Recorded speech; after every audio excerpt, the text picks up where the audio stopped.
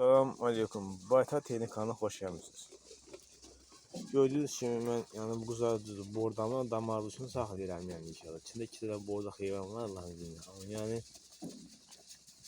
baxın gördüyünüz kimi heyvanlara mən bir arpa verəcəm Allahın izniyle inşallah. Yəni kimin günəyə çatacaq. Şimdi əslində mən girmişəm bunu alan müddətdən yəni heyvanın ağaciyar və qaraciyar müalicə etdikdən sonra qut tamam etdikdən sonra inşallah belə yem verirsiniz ki heyvanınız yəni yaxşı olsun. Müalicə etməkdən verdiyiniz yem yəni heyvan bədənindən daha zəif elə ki inkişafını təsir göstərdi. Amma müalicə etdikdən sonra ağaciyar, qaraciyar, qutlara qarşı müalicə etdikdən sonra verdikdən sonra inşallah yəni effektini görərsiniz. Heyvanınızı yem rasyonu verdikdən sonra inşallah yaxşıyır. Bir də geçen dəfə də sizə demişdim, yeni işarət göstərirəm ki, yəni biləsiniz. Gördüyünüz kimi mən bu heyvan baxın bu töyədə saxlayıram. Mənim şəraitim bu belədir də yəni. Baxın, gördüyünüz kimi altını tərtəmiz kürmüşəm. Bu məndən mən altı biləsin. Yəni ben belə qurmuşam ki, yəni rahatçılıqla heyvan otu yeyə bilir. Yem verdikdən sonra mən də bunu otarıram da yəni hava yaxşı olanda. Otardıqdan sonra da hər axşam belə yem və ot da verirəm ki, heyvan yaxşı inkişaf etsin. Yəni heyvanın yaxşı inkişaf görmək istəyirsinizsə,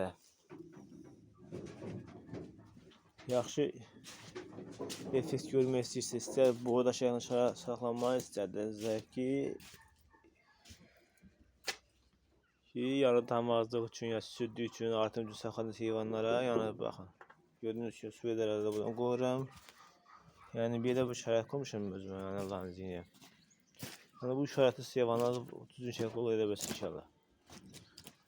Allah hamının heyvanına, içimənə qarşımına Allah bərəkət eləsin inşallah. Hamı insan hamıda da çəkilir. Baxın gördüyünüz kimi axşama qoymuşam, qalan bir dəmdir yanını təmizləmişəm tozundan. Qalan budur. İndi bunun üstüne inşallah siz oxuyun ki, kimdə süpürmüşəm. Baxın tərtəmə başa gül kimi tərtəmə təmizləyirsiniz.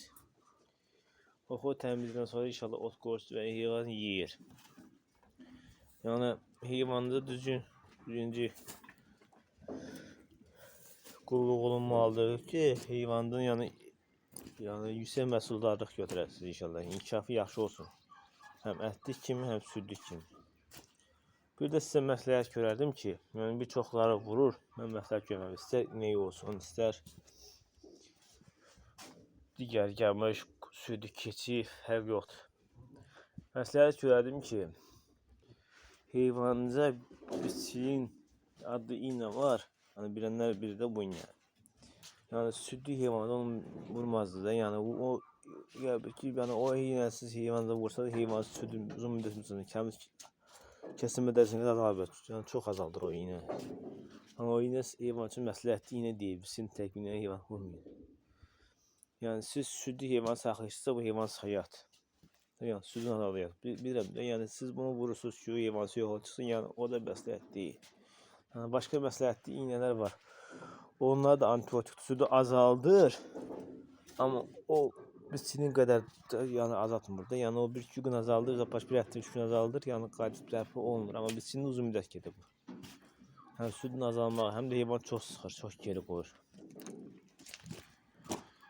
Salam aleyküm, Allah hamınızı qorusun.